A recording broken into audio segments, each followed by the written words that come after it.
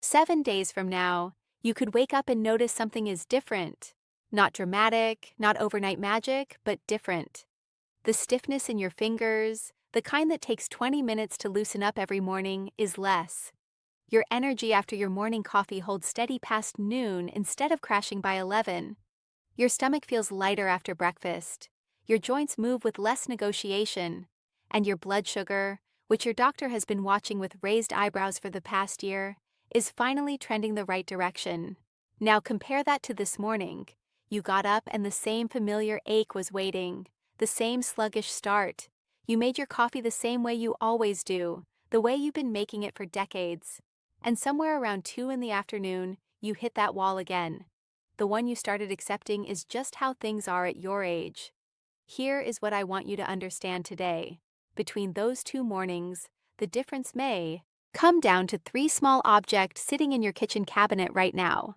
3 dry cloves. I know how that sounds. I've been in integrative medicine for over 20 years, and I've watched every overhyped superfood trend come and go. Acai berries, matcha, activated charcoal. Most of them are marketing dressed as science. So, when I tell you this one deserves your serious attention, I mean it deserves your attention because of the biochemistry, not because it makes a good story. Before I walk you through the protocol, I want to open the loop with you right now. There's one specific thing almost everyone does with their morning coffee that cancels out every single benefit I'm about to describe. One thing, it seems completely innocent. You've probably been doing it for decades, and it takes 6 seconds to fix once you know about it. I'll tell you exactly what it is in the middle of this video. Hold that thought, because first you need to understand the mechanism. This is not folklore, this is nutritional science with a surprisingly elegant architecture. Coffee contains a compound called chlorogenic acid. You've heard antioxidants mentioned in the context of coffee before, but chlorogenic acid specifically is a polyphenol that does 3 things your body over 50 desperately needs. It reduces oxidative stress in vascular tissue, it supports insulin sensitivity, and it modulates the production of pro-inflammatory cytokines, the chemical messengers that drive low-grade chronic inflammation, the kind that doesn't announce itself loudly but steadily erodes your quality of life year after year. A study published in the Journal of Nutritional Biochemistry in 2023 measured chlorogenic acid's effect in adults over 50 specifically. The results showed measurable reductions in C-reactive protein, one of the primary blood markers of systemic inflammation, after consistent daily intake over 4 weeks. The participants weren't given supplements, they were given coffee, the same coffee available to everyone. Cloves. Whole dried cloves available at every grocery store for almost nothing contain a compound called eugenol. If you've never heard of eugenol, you're about to start thinking about it differently. A meta-analysis published in 2022 reviewed 47 clinical and tissue studies on eugenol's anti-inflammatory properties. The conclusion was striking. Its effect on prostaglandin synthesis and inflammatory pathway inhibition was comparable to low-dose ibuprofen in tissue models without the gastrointestinal damage associated with long-term NSAID use. Think about what that means for a moment. A compound that performs on a comparable level to ibuprofen in inflammatory tissue models available at your grocery store for a few cents per serving. 2 compounds, 2 entirely different mechanisms in the body. And here is where the science becomes genuinely interesting. When chlorogenic acid and eugenol enter the bloodstream together, they don't simply add their individual effects. They create what researchers call nutritional synergy. The combined action exceeds what either compound produces alone. Chlorogenic acid works on insulin and glucose pathways. Eugenol works on prostaglandin and interleukin production. Together in the same metabolic window, they address 2 of the most significant drivers of age-related decline in men over 45: insulin resistance and systemic inflammation. 2 targets, 1 cup of coffee, 0 additional effort after the first morning you try it. Let me give you the protocol. The main method requires 3 whole dried cloves, not ground cloves, not clove oil, not clove extract from a capsule. Whole, intact, dried cloves. Place them in a small pot with 300 ml of cold water. Bring to a boil, then immediately reduce to a gentle low simmer. Set a timer for exactly 5 minutes. That number is not flexible.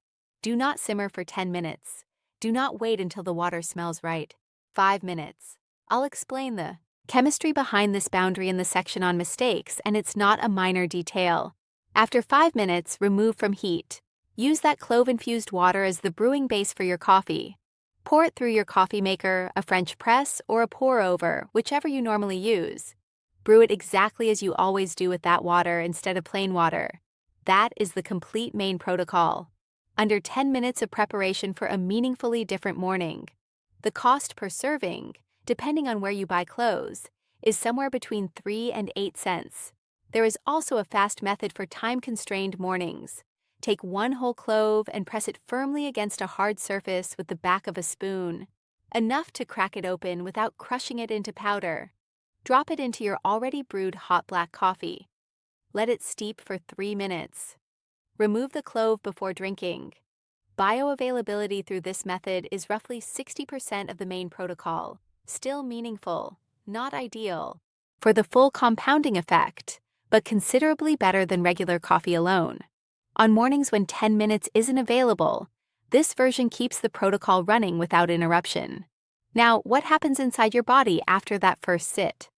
Within 15 minutes, eugenol reaches the smooth muscle tissue lining your arterial walls. It acts as a mild natural vasodilator, causing those walls to relax and blood flow to ease. Not dramatically, not in a way that would lower your blood pressure to concerning levels, but in a way that changes the character of your morning energy. That wired, slightly anxious sensation that strong coffee sometimes produces, the mild tension in the chest, the slight tremor in the hands. Some people notice that happens because caffeine alone triggers a cortisol and adrenaline response. This response is amplified when coffee is consumed during the natural morning cortisol peak, which runs from approximately 6 to 9 in the morning for most adults. Eugenol modulates that response. It doesn't block the caffeine or reduce your alertness. It smooths the cortisol edge that makes some people feel over-caffeinated rather than focused. The result is what I describe as clean energy. Alert without anxious, present without wired, focused without the edge that sometimes slides into irritability by mid-morning. One of my patients, a 64-year-old retired construction foreman, call him Richard, had been drinking strong black coffee every morning for over 40 years. He came to me 2 years ago with consistent afternoon crashes and what he described as coffee nerves that had gotten progressively worse since his 60s. He told me he tried switching to half-calf, then to 1 cup instead of 2, and neither change helped. The problem wasn't the amount, it was the absence of the buffer. I suggested this protocol. 3 weeks later, he returned and said, and I'm quoting him directly, "I don't know what you did to my coffee, but I feel like I'm drinking it properly for the first time." That's the 15-minute window. Now let's move through the timeline because the effects build in layers, and each layer operates through a distinct mechanism. At 24 hours, eugenol's selective antimicrobial properties begin influencing your gut microbiome. The key word is selective. Eugenol does not function as a broad-spectrum antibiotic that indiscriminately disrupts gut flora. Research shows it targets specific pathogenic bacterial strains, including certain Helicobacter pylori variants, while leaving beneficial lactobacillus and bifidobacterium populations relatively intact. This distinction matters enormously. Many commonly prescribed antibiotics do the opposite. They clear everything and leave the gut in worse condition than before. Eugenol acts more like a targeted intervention, suppressing what doesn't belong while preserving what does. The practical experience most people report by the evening of day 1. Reduced bloating, a feeling of lightness in the abdomen, and easier digestion after meals. Not a cleanse, not dramatic, just easier. At 3 days, the metabolic shift begins to show. Chlorogenic acid's effect on insulin sensitivity is not an acute response. It builds with consistent daily exposure to reach a meaningful tissue concentration. A study from Uppsala University in Sweden tracked participants over 72 hours of daily chlorogenic acid intake and measured postprandial glucose response, the blood sugar spike that occurs after meals. After 3 days, the spike was measurably lower. In practical terms, that 3-hour reach for something sweet, the craving for bread or sugar after lunch, becomes noticeably less urgent for many people. The blood sugars fluctuating less dramatically and the cravings that follow dramatic blood sugar swings diminish with them. Less craving doesn't mean no craving. I want to be precise with you. This is not a miracle appetite suppressant, but many patients describe it as the volume being turned down on, the signal that previously felt loud and urgent for men managing prediabetes or metabolic syndrome. And approximately 40% of men over 50 have some degree of insulin resistance, many without a formal diagnosis. This compounding effect over 3 to 7 days is clinically relevant. At 1 week, something happens that consistently surprises people the most. The anti-inflammatory effect of daily eugenol reaches a threshold where the joint tissue responds. Think about morning joint stiffness specifically, fingers that take time to fully open, knees that announce themselves when you stand after sitting, the lower back that needs 5 minutes to commit to the day. These sensations have a significant inflammatory component driven particularly by elevated interleukin-6 and C-reactive protein, two cytokines that eugenol directly suppresses through its action on the arachidonic acid pathway. After 7 days of consistent intake, measurable reductions in these markers have been documented in clinical studies. The data doesn't lie about the mechanism, but the data also doesn't capture how that feels on a Tuesday morning when you realize you stood up from the couch without thinking about it first. You won't feel 35. I want to be honest with you about that. The years aren't reversible, but the degree of inflammation layered on top of those years is modifiable, and that modification is something you can feel. Quickly, before I move to day 30, I'm genuinely curious. How long have you been waking up with some level of joint stiffness? Write a number in the comments below. 1 year, 5 years, 10 years? I read these myself, and the patterns in what you report directly shape what I cover next. At 30 days, there's a final layer to this protocol that most people don't anticipate. Eugenol activates specific enzyme pathways in the liver involved in phase 2 detoxification. The liver's job, among many things, is to conjugate and neutralize circulating compounds, metabolic byproducts, medication residues, and environmental compounds that enter the body. Liver efficiency tends to slow incrementally with age, not fail, just slow, and that slowing has visible consequences. After 30 days of consistent eugenol intake, 2 things often become noticeable. First, reduced facial puffiness, particularly around the eyes in the morning. Second, clearer skin tone over time as the liver's improved processing reduces the recirculation of compounds that manifest in the skin. I had a patient in his late 60s, a former teacher who came in primarily for blood sugar concerns. After 4 weeks on this protocol, the first thing he mentioned wasn't his glucose numbers. He told me his wife had asked if he was sleeping more. He wasn't. His face simply looked less tired. These aren't dramatic transformations. They are real, cumulative, biochemically measurable changes driven by something that costs a few cents per morning. Now stop what you're doing. I need your full attention for this section, because here is the truth I promised you in the first minute of this video. There is one thing, actually 3 things, that will completely cancel out every benefit I just described across all 5 time windows.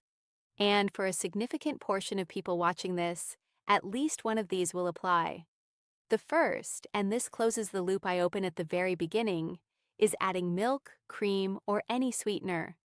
Milk proteins, specifically casein and whey, bind directly to both chlorogenic acid and eugenol in your digestive tract through a process called polyphenol protein complexation. When this binding occurs, your intestinal wall cannot absorb these compounds. They're effectively deactivated and pass through your system without entering the bloodstream. You are consuming the chemistry and receiving almost none of the effect. Sugar simultaneously triggers an insulin response that directly counteracts the blood sugar stabilizing action of chlorogenic acid. You're pushing glucose upward with one action and attempting to stabilize it with another. They cancel each other out before either can do meaningful work. For this protocol to produce results, the coffee must be black. No milk, no cream, no sweeteners, artificial or otherwise. I understand this is a significant ask. A patient of mine told me he had been putting whole milk in his coffee since 1968 and wasn't prepared to change that for any doctor. I didn't argue. I said, give it 2 weeks with this protocol and then decide. He came back 14 days later and told me the plain milk version now tasted oddly flat to him. The clove changes the aromatic profile of the coffee in a way most people find genuinely pleasant, and the palate adapts more quickly than most people expect, usually within 4 to 5 days. The second mistake, boiling the cloves for longer than 7 minutes. Eugenol is a volatile aromatic compound. Prolonged heat does not simply continue to extract it. It begins to break it down. The 5-minute simmering window I specified is precise for a reason. At 5 minutes, eugenol extraction is near its documented peak concentration. Between 5 and 7 minutes, you remain in an effective range. Above 7 minutes, thermal degradation accelerates, and the water may smell more intensely of clove while actually containing less bioavailable eugenol. This is counterintuitive. The stronger the clove smell, the less effective the water. The aroma comes partly from lighter volatile fractions that escape first. The bioactive eugenol concentration peaks earlier and declines under extended heat. Set a timer.